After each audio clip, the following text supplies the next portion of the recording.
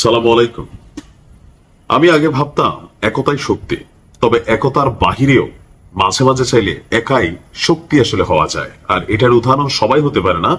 রাষ্ট্রভিত্তিক মার্কিন যুক্তরাষ্ট্র যেমন একাই একটা শক্তি, রাশিয়া যেমন একাই একটা শক্তি, আরব বিশ্বে আসলে তেমন কোনো শক্তি ছিল না।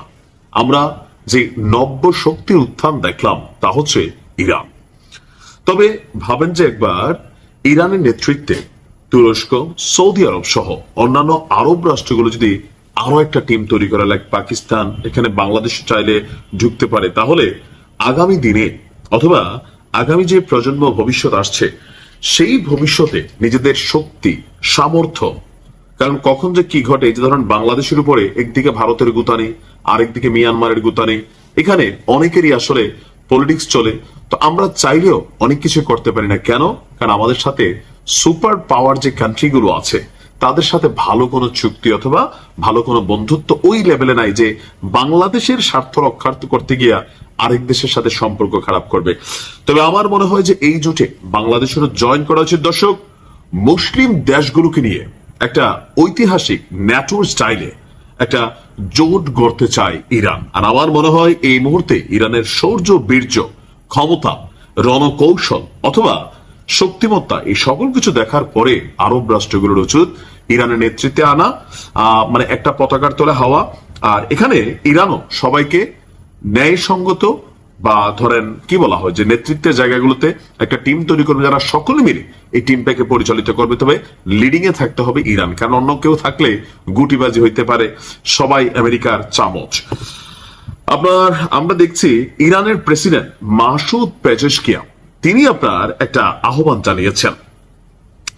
পাকিস্তানের রাজধানী ইসলামাবাদে এই মুহূর্তে সফরে আছে ইরানের প্রেসিডেন্ট মাসুদ পেজেশকিয়ান। তার এই পাকিস্তান সফরে পাকিস্তানের আকাশ সীমায় প্রবেশের সাথে সাথে তাকে এক ভিন্ন রকম সম্মান দিয়েছে পাকিস্তানের এয়ারফোর্স।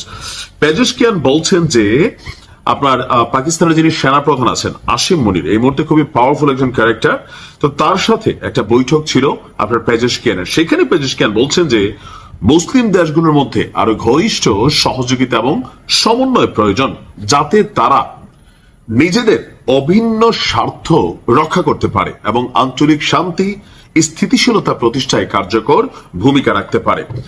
আঞ্চলিক স্বার্থ প্রতিষ্ঠা বা শান্তি প্রতিষ্ঠা এবং বিভিন্ন সংকটে মধ্যস্থতার ক্ষেত্রে পাকিস্তান সরকার দেশটির জনগণ এবং সামরিক নেতৃত্বের ভূমিকা প্রশংসা করেছেন। এটা একটা অফিসিয়াল বক্তব্য। তবে তিনি বলছেন যে মার্কিন যুক্তরাষ্ট্র এবং ইসলি যেই হারে গ্রেটার ইসলির মানচিত্র প্রকাশ করেছে, অথবা মার্কিন যুক্তরাষ্ট্র যেভাবে সবাইকে নিজেদের করাতলে রাখতে চায়, সেই যে শক্তিটা বা পশ্চিমারা তারা কিন্তু এমনি আলাদা আলাদা, বাট গোড়া কিন্তু সবগুলো একই জায়গায়।